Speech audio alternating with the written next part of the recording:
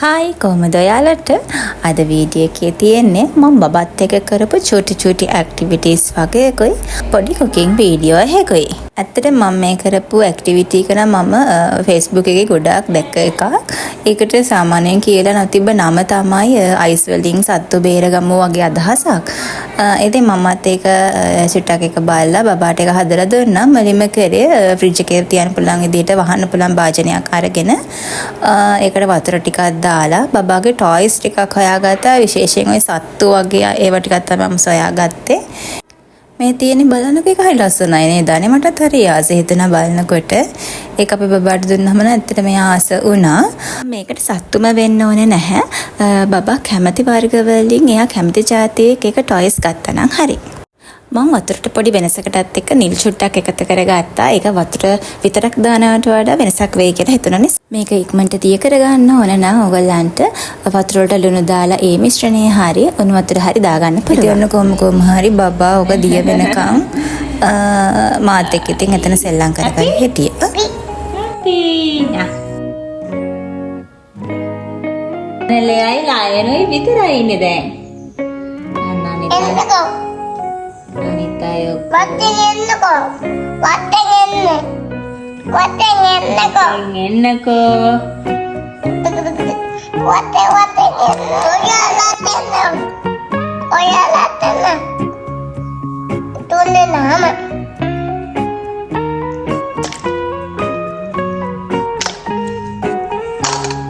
ඔන්න ඊළඟට මම කරන්න ගත්තේ බබත් එක්ක බිත්තර සුද්ධ කරන්න ගත්තා.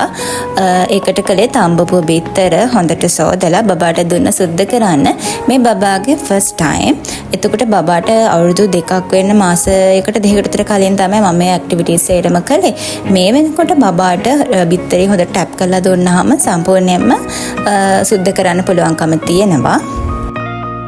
නිතරම බබත් එක්ක මේ වගේ ඇක්ටිවිටීස් කරන්න බැරි වුණත් පුළුවන් හැම වෙලාවකම වගේ මම බබත් එක්ක එක ඇක්ටිවිටීස් කරන්න try කරනවා.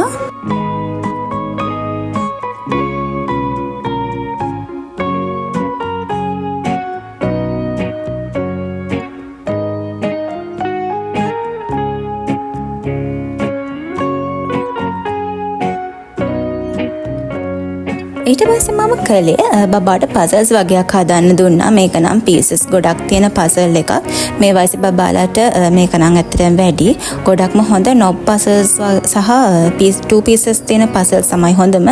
නමුත් මම ගෙනාගත්ත නිසා එයාට ගොඩක් ෆැමිලියර් රූප දෙකක් එයාට දුන්නා, බනී සහ ලයන්. ඉතින් බබාට පුළුවන් විදිහට එයා පසල් එක සෙට් කළා. මේ වගේ ඇක්ටිවිටීස් වලින් දරුවන්ට උණුසුම සීතල අඳුර ගන්න පුළුවන්කම ලැබෙනවා. ඒ වගේම ආයිස් කුට්ටියක් දිය වෙලා එක වතුර වෙනවා කියන එක යාලට තේරෙනවා. ඒ වගේම සියුම් චාලක හැකියාවන්, ඇඟිලි තුඩු ශක්තිමත් වෙන එක, ඇඟිලි තුඩු වල චාලක හැකියාව වැඩි දියුණු වෙනවා. ඒ වගේම විශේෂයෙන්ම මේ වයසට දරුවා හරිම කලබලයි නේ. එක තැනක ඉන්නේ නැහැ, එක තැනක ඉන්න බෑ. ඉතින් මේ වගේ ඇක්ටිවිටීස් වලින් එයාලට එක වැඩකට තියෙන අවධානය වැඩි වෙලා එයාලගේ ෆෝකස් එක සහ අටෙන්ෂන් එක වැඩි දියුණු වෙනවා. ඒ වගේම අත සහ ඇහැ අතර කෝඩිනේෂන් එක ඩෙවලොප් වෙනවා. ඒ වගේම අවුරුදු 2 ආසන්න කියන අවුරුදු 2කට කිට්ටු සහ අවුරුදු 2 පහුණාට පස්සේ ඔන්න ඔය වයස් අතර ඉන්න දරුවන්ගේ තියෙන ලොකුම දේ තමයි Taman තනියෙන් කරන්න ඕනි කියන අදහස.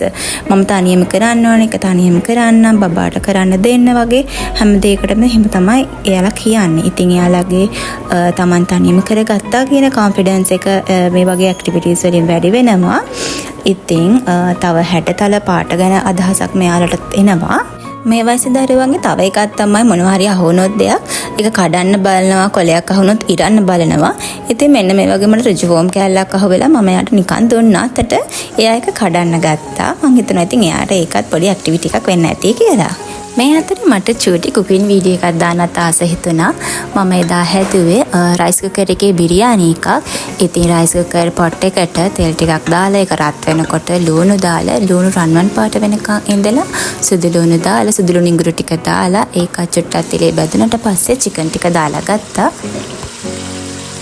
චිකන් ටිකත් තෙලේ බැදෙනකොට බිරියානි පවුඩර් එකෙන් පදම බලලා දාලා චිකන් එක තැම්බෙන්න වතුරක් දාලා චිකන් එක තැම්බෙනකම් වෙලාවල් තිබ්බා.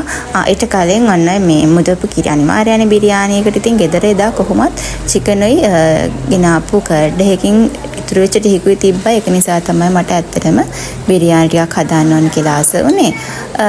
ඉතින් ඔන්නම කර්ඩ් ටිකක් දාලා පොඩක් මික්ස් කරලා වතුරක් දාලා චිකන් ටික තැම්බෙන්න තියලා තිබ්බා.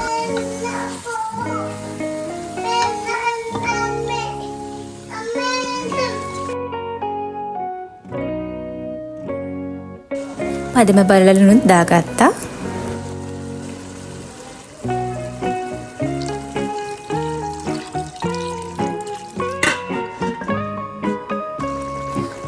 ඊට පස්සේ චිකන් ටික තැම්පුණාට පස්සේ ඒ චිකන් ටික මම බේරලා අරගන්නවා. මොකද මම චිකන් ටික වෙනම පෑන් එකකට හරි එයා ෆ්‍රයි එකේ දාලා පොඩ්ඩක් ෆ්‍රයි කරලා ගන්නවා. මොකද මේ ඊට පස්සේ බතුත් දාලා බත් එක්කේ තැම්බිලා වගේ චිකන් එක තියෙනකොට මම එච්චර කන්න ආස නැහැ. ආචුට ෆ්‍රයි කරලා ගත්තාම ඒකේ වෙනම රසක් තියෙනවා. ඉතින් මම ඒ විදිහට එක් කරගන්න පැත්තකින් තියාගත්තා. ඊට පස්සේ සෝදගත්ත හාල් ටිකක් දාලා වතුරක් දාලා ඒ ටික තැම්බෙන්න තිබ්බා. ඔය තේනේ මම ගත්ත චිකන් ටික පෑන් එකේ දාලා පොඩ්ඩක් දෙපැත්ත දාලා පොඩ්ඩක් ෆ්‍රයි කරලා ගත්තා.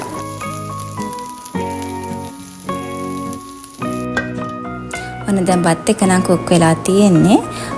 අන්තිමට ඒකට සැෆ්‍රන් ටිකක් දාපු ෆ්‍රෙෂ් මිල්ක් කඳු කෝප්පයකට කිට්ටුන ප්‍රමාණයක් දාලා ඒකත් කූරු ගාලා නිකම්ම ආයෙත් තැම්බෙන්න වහලා තිබ්බා.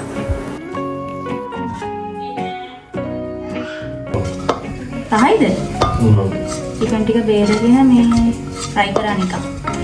නැත්නම් තැම්බිලා වගේ තියෙන නිකන්. එහෙම ආස නැහැ. දැන් බිරියානි එක රෙඩි. මේකට අඩු මිංචි කොලයි කොත්තමල්ලි කොලයි අඩුයි. ඒ දෙක අත්‍යවශ්‍ය වුණාට ඒ දෙක මගේ ළඟ මේ වෙලාවේ නැහැ. මිංචි සම්බෝල වෙනුවට මම පොල් චට්නි එකක් හදාගත්තා. ඒකට මම පොල්, සුදු ලුණු, ඉඟුරු, ලුණු, කරපිංචා, අමු මිරිස්, ලුණු, ගම් මිරිස් දෙහි චුට්ටකුත් දාලා ග්‍රයින්ඩ් කරලා ගත්තා. ඔන්න රයිතයකුත් හැදුවා. හැබැයි මං කියවනේ ගෙදර ඉතලා තිබ්බේ පොඩ්ඩයි කර්ඩ්. මගේ අන්තිමට බිරියානියකට දාලා ඉතුරුලා තිබ්බේ ටිකක් මේස හැන්දක ප්‍රමාණය වගේ ටිකක්. මේකට නම් ඇත්තටම මදි. ඒ වුණාට ඉතින් මං ඒ ටික දාලා පොඩි සම්බෝලයක් හදාත් ගත්තා. ඔන්න අපේ බිරියානි එක හරිය. තව පිටර තම්බලා පොඩ්ඩක් ඒක ෆ්‍රයි කරලත් අරගත්තා. ඉතින් විශේෂ වර්ගවල බත් හැදුවත් අපේ බබා තාම එච්චර කන්නේ ඒ වගේව කන්න ආස නැහැ. ඒකට බබා අපි උයන ඒවා තමයි දිනදා කන්නේ. අර වෙනම හදාන්නේ නැහැ.